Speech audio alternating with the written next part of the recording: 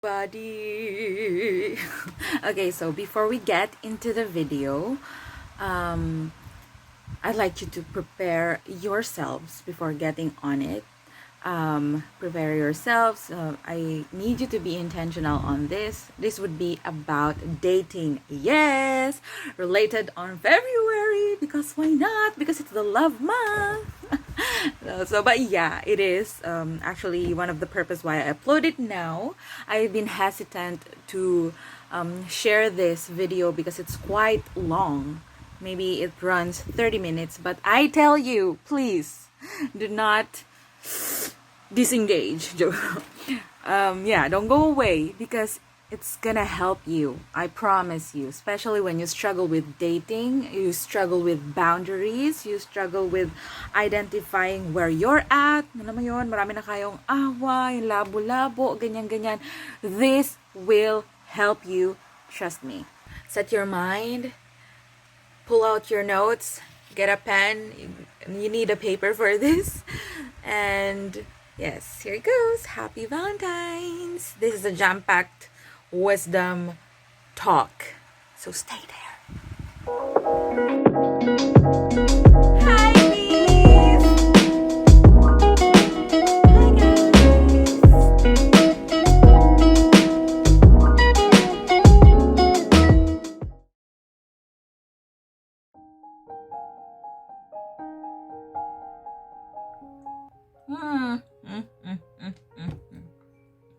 So, I did mention from my intro that I do love reading. And one of the books that I like to read are self-help books. And I will be sharing with you one of my favorite textbooks. Is this called a textbook? One of my favorite book that I actually am reading and still in the process of reading. You know, I'm the type of person who reads a book. I don't finish it all throughout. I try to process the things I have read chapter by chapter, and I read this book along with other books. So, you know, I don't get really tired of it. Kasi minsan nakakasawa when you try to finish it in one go. I don't know, that's just my style. I don't know how you do yours, but that's how I do it, and it helps me. I'm helping with I'm just helping with myself, you know. I think that's my flow, you know. It helps me better to process the information that's on the book, and at the same time, I have the opportunity to also enjoy other books while reading this. So, let me share with you today about a favorite topic that I read from this book. So, this book is The Complete Courtship. So, this is the book. And this is from the PPH, Philippine Publishing House. It says here that this is a copyright 2004, published 2004, if I'm not mistaken. It's here. So this book is written by Nancy Van Pelt.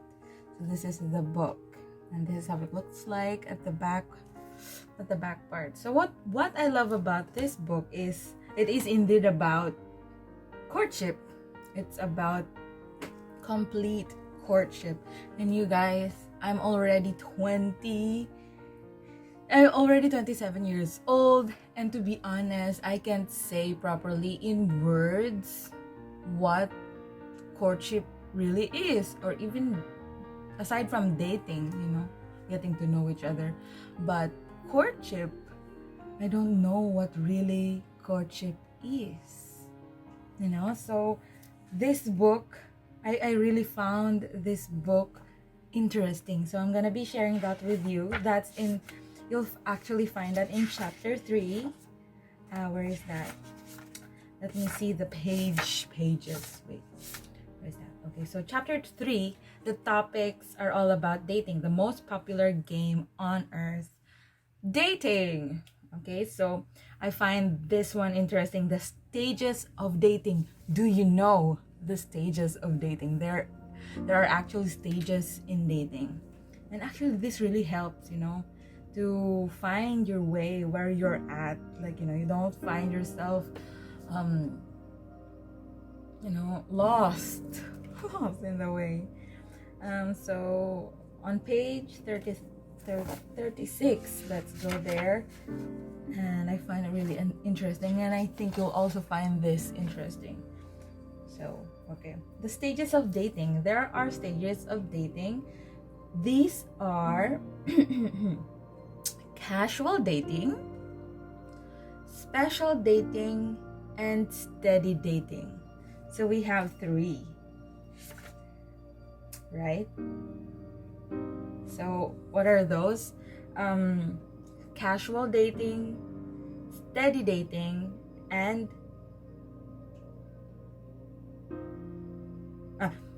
casual dating, special dating, and steady dating. So those are the 3 stages of dating. So let me help you understand more what date means here in this book, here in this context. Dating is a special kind of friendship between 2 persons of the opposite sex that may lead to love, courtship, and marriage. So it's specifically noted here also that dating begins with friendships, and I totally agree with that.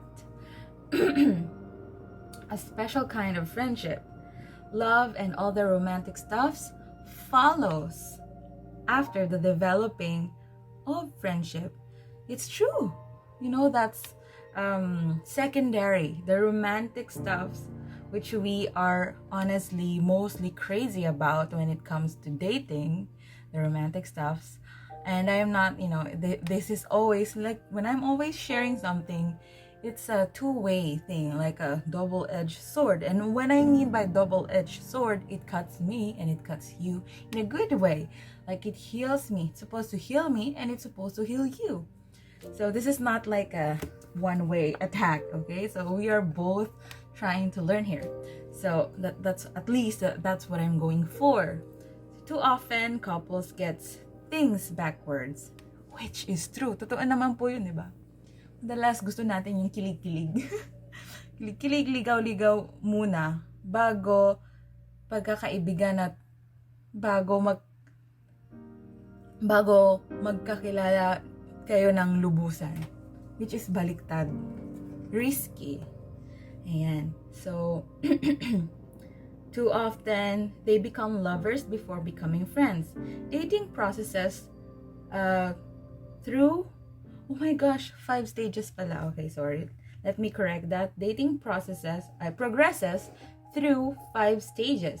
The first of which is friendship. And then it springs from a friendship between 2 members of the opposite sex. Okay. The better a young person is at developing good friendship, the more successful he or she will be at the dating game. If you want successful dating relationships, then you must begin by learning how to develop positive friendships. And in the second stage, friendship moves into dating itself. But there are 3 phases. Tama naman ako. 3 phases of dating, which is casual, special, and steady dating. I find it so educational. I mean, I went through all these phases, but it's very vague when I went through it. Because I just went through it without actually being prepared for it. No, go ka lang ng go, nagkaroon ka ng friends, tapos may fling-fling, gano'n, mga lunder-lunder, gano'n. Pero you're not ready for it. So, and most of the time, that's what's happening. So, I think this is one of the purpose of this talk and this sharing, di ba? Kahit anong age ka na, ako nga, di ba? Nandito na ako sa late 20s age, but I still don't know about this. And that's why I'm sharing this. So, kung ikaw ay ka-age group ko, or maybe older than me, or maybe younger than me, diba? It's still a win. We don't really have to compare our journeys. with each other. We all have our own journey. So let's get into defining what casual dating, special dating, and steady dating means. So casual dating, I'm gonna be reading it here, involves no special emotional involvement. So that is casual dating. No special emotional involvement. So ibig sabihin, you date for the pleasure of having someone to do and some place to go with a member of opposite sex. This necessary and positive step Stephen Curry step gives you the chance before you become emotionally involved to get acquainted with members of the opposite sex and understand somewhat how they react to life. And I think this is very important before you get into a more committed, get more committed into dating and getting to know this friend. Pag hindi ka dumaan dun, baka, di ba, you got tied into a commitment you don't really want kasi wala kang boundaries. So I think the very main purpose of these phases of dating is that it'll help you know where you're at. It'll help you with your own boundaries. Kung ano ba yung pakay mo sa dating na ito. Yan. So, that's casual dating. No special emotional involvement. So, yan. Ibig sabihin, hindi ka pa pwede mag-assume. At hindi rin siya pa pwede mag-assume. Okay? Don't own each other something. Okay. Special dating. Next step is special dating. Special dating requires a limited degree of emotional involvement. Let's say that a very special event will soon come up at school. Sue had her eye on a special someone for several weeks and has hoped he would ask her. She can hardly believe it one night when she answers the phone and he hears his voice. Butterflies flit around in the pit of her stomach as they enjoy small talk for a few minutes. When he finally gets around to asking her if she will go with him, she casually says she'd like to go. The minute he hangs up, she calls 24 of her friends to break the news. Sue buys a new dress and waits not so patiently for the big day. When it finally arrives, she spends hours preparing for her nails and face.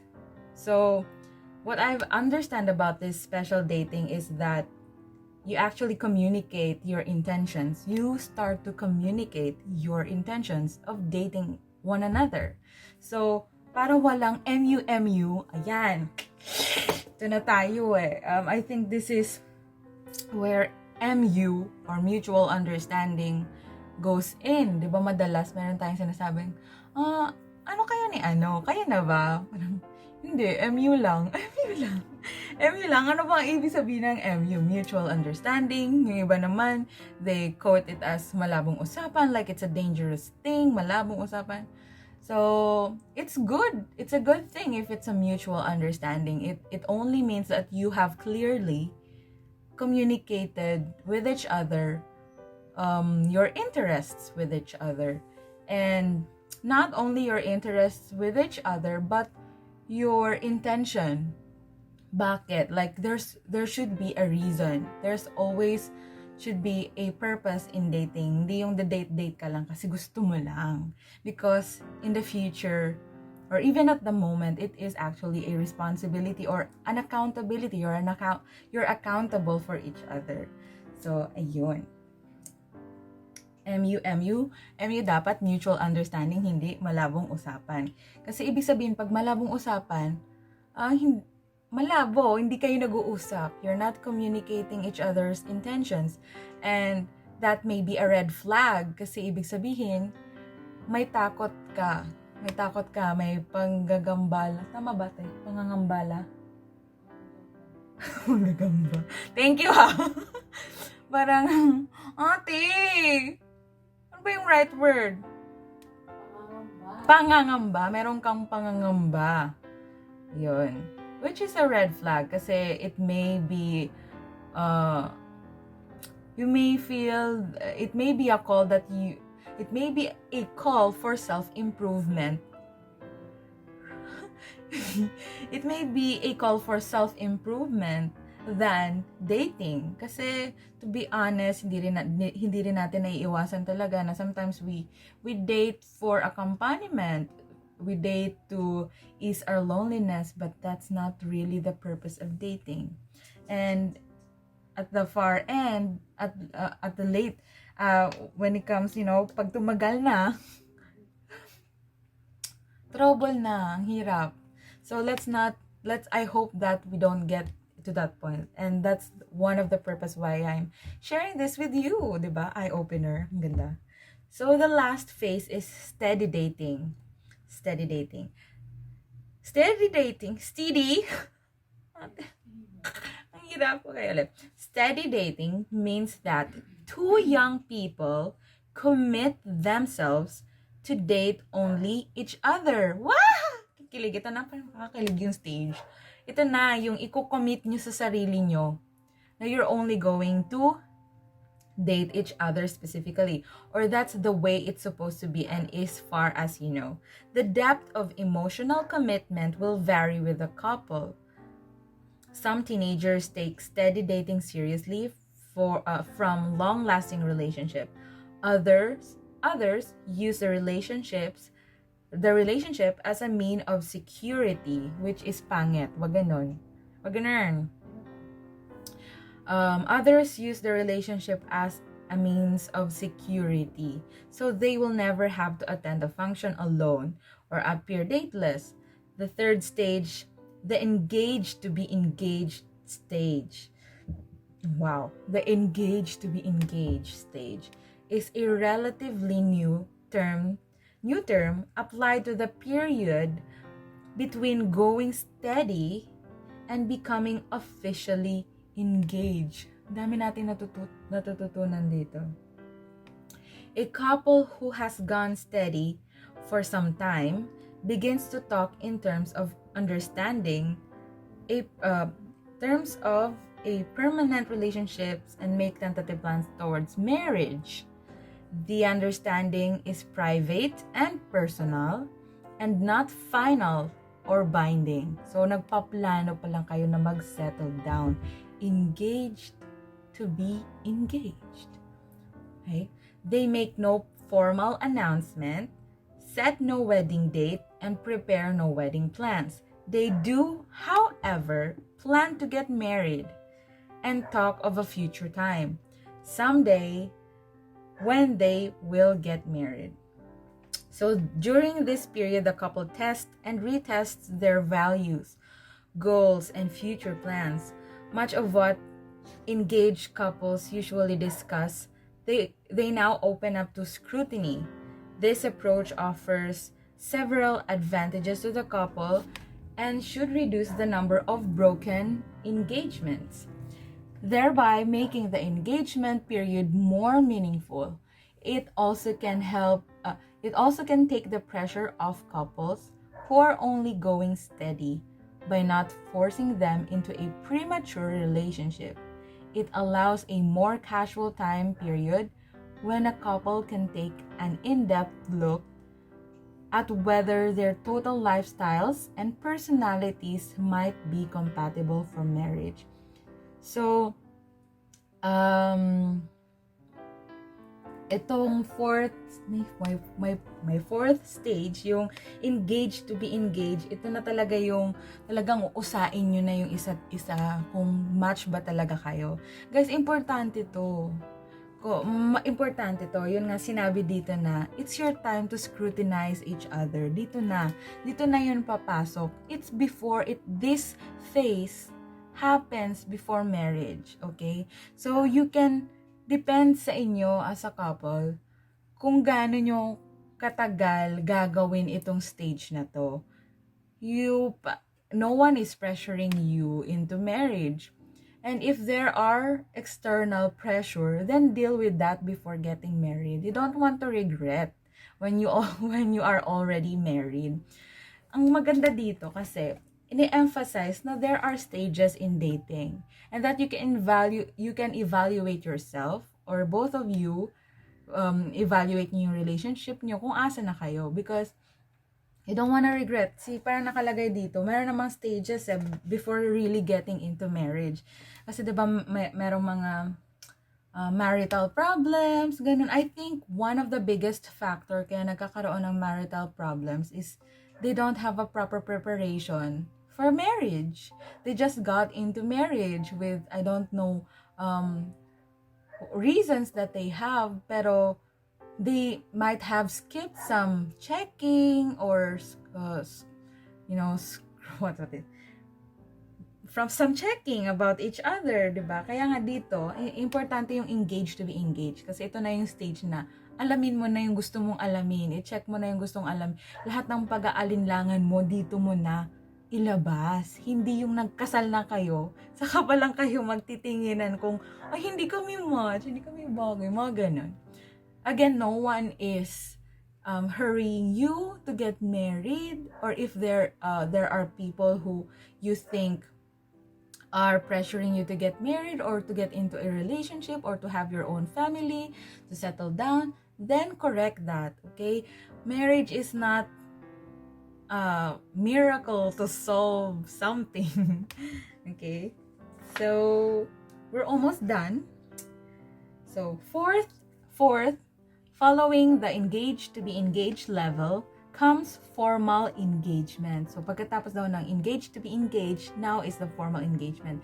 Kasi diba dun sa engaged to be engaged, planning sila and scrutinizing each other, pero private. So, nagkakausap-usap na sila, parang gusto ko magpakasal, parang gusto na natin magkasal, I think we're ready, yung mga ganun. Pero within themselves lang yun.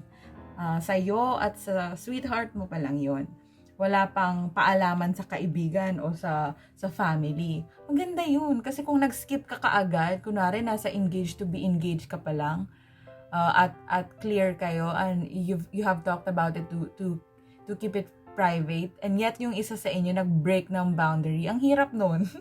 Kasi sabihin ng mga pamilya mo, yung ibang pamilya mo mag-a-assume na, what if yung family mo excited for you to have a spouse, tapos lalo ka na pressure, ang gulo nun, di ba? So it's important to stick into these boundaries, the boundaries of each phases and stages. So formal engagement. In engagement, the couple commit themselves to marriage by exchanging some symbol that binds their commitment to each other. They also publicly announce their intention to marry, conclude their exploration of personalities, and establish a time for planning the wedding. So, ito na yung sure na. Pag sure na. Sure na. Okay? So, nasa last part na tayo ng ating stages of dating, right? The stages of dating. Okay. So, the fifth and final stage of the course is marriage. At ngayon, nandyan ka na. Chart. Nandun na tayo. Okay? The fifth and final stage, of course, is marriage. Marriage is supposed to follow the engagement stage. Okay? I say supposed to because 40 to 50% of all engagements are broken. Okay? Many authors have written numerous books concerning the failure of marriage in today's society. But we hear next to nothing regarding dating failure. Yet in a very real way, marriage failure is in reality dating failure. And I find that very true. Totoo naman po, 'di ba? Kasi dating is like preparation for marriage. So preparation is as important as the project itself or whatever you are going for. So, for example, marriage. Dating is as important as marriage kasi you're preparing yourself for that phase of life. So, yeah.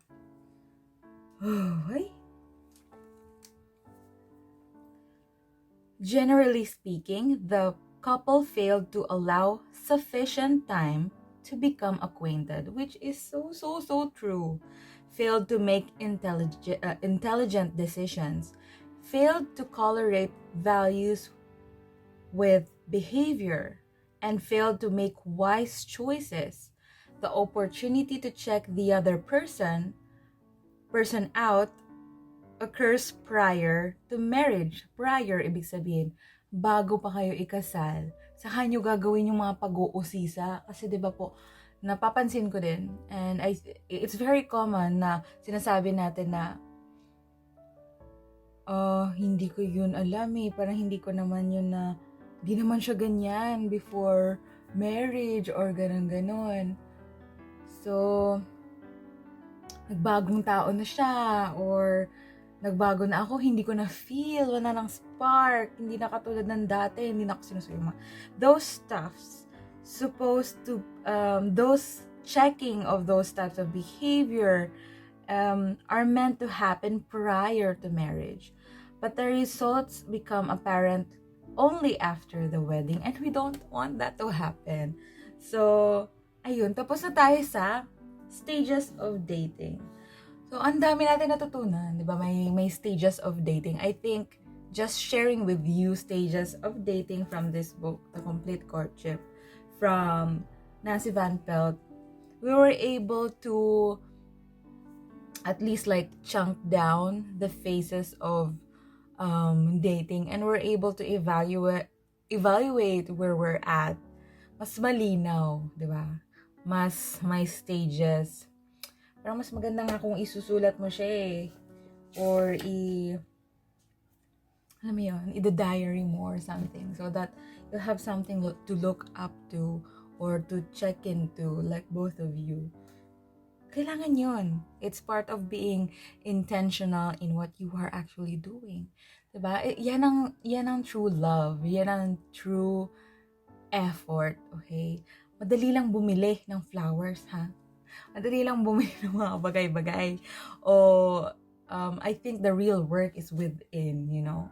How you deal with yourself and how you deal with each other from within. So, ayun, I hope it was also helpful for you as it was for me. And actually, naputol to eh. Nagka-brown out kanina. Joke. So, it's been 3 hours. May 3 hours apart. It's a continuation, but life must go on kahit na may brown out. So, ayun. And if you like this kind of videos and contents, or if you have suggestion regarding how I actually put it out there, I would appreciate and love to hear it from you. You want to hear more of me, or how can I make this even better for you to digest, perhaps? So I'll write down below the details of this book, and I think you can order from PPH to get this book. I don't think this is available in local bookstores nationwide, but you can order it. So yeah, that's it. I'm happy to have this textbook and teach with you, and sana may natutunan kayo. So that's it. Bye! From your Tita B. Char. Bye-bye. Okay, so mga Bs, kung nandyan pa kayo, I hope you learned a lot from this video. It really took a lot of courage for me to pull myself together so that I can share this content with you, because I've been seeing a lot of situations here and there about love, about dating, alam mo yun. And by the way, shout out to my friends. This will be our first shout out. Yes, may pa-shout out na tayo. May pa-shout out na tayo mga bees. Kasi baka inisip nyo hindi ko kayo love. But I love all of you. And shout out to my friend Chimay. And I'll try to link her here, maybe her comment, because I promised her that I'll upload this content, because we actually ended up talking about something. She posted something online about dating, and I just got into the comment section, and yeah, I said that I'll be posting a content that'll help with in relation to that post. Yeah, let me tell this before I get crazy here. So the post was about it says, ladies, do not chase boys. Boys, let the boys chase the ladies. I don't know if that's accurate. Don't fight me, but the thought is there, like, you know, the chasing. And I commented on the comment section that dating is not about chasing. Okay, it's not. It's not. We're not children anymore. We're not playing you're it and you're it and you're it. But yeah, with all that said, I am here with you know, trying to help. I hope I don't offend anyone, but it's just my intention to help. So, and also shout out to my cousin Miel, who's also who commented in the video. So this is also for you and for the other friends that I have. I have a lot of friends from the youth at church. This is all for you from my friends and who my other friends who are also struggling with dating and establishing boundaries. My family, my sister, and who else? Also shout out to Ronnie Paul Saicon. Yes, it's him here. I'll try to post his photo here. He said he wanted to be featured, so here it is. Take your seconds here. So yeah, shout out to him. He's been subscribing and following, and I really appreciate that. And that's the main purpose of this community and videos, is to stay in touch and connected with you. And yeah, I appreciate you. And he's actually a sponsor to my future vlog when I get a chance to go to Manila safely. Right? And so yes, I'm also open for the other sponsors. So that's about it. Thank you so much for sticking around. Bye!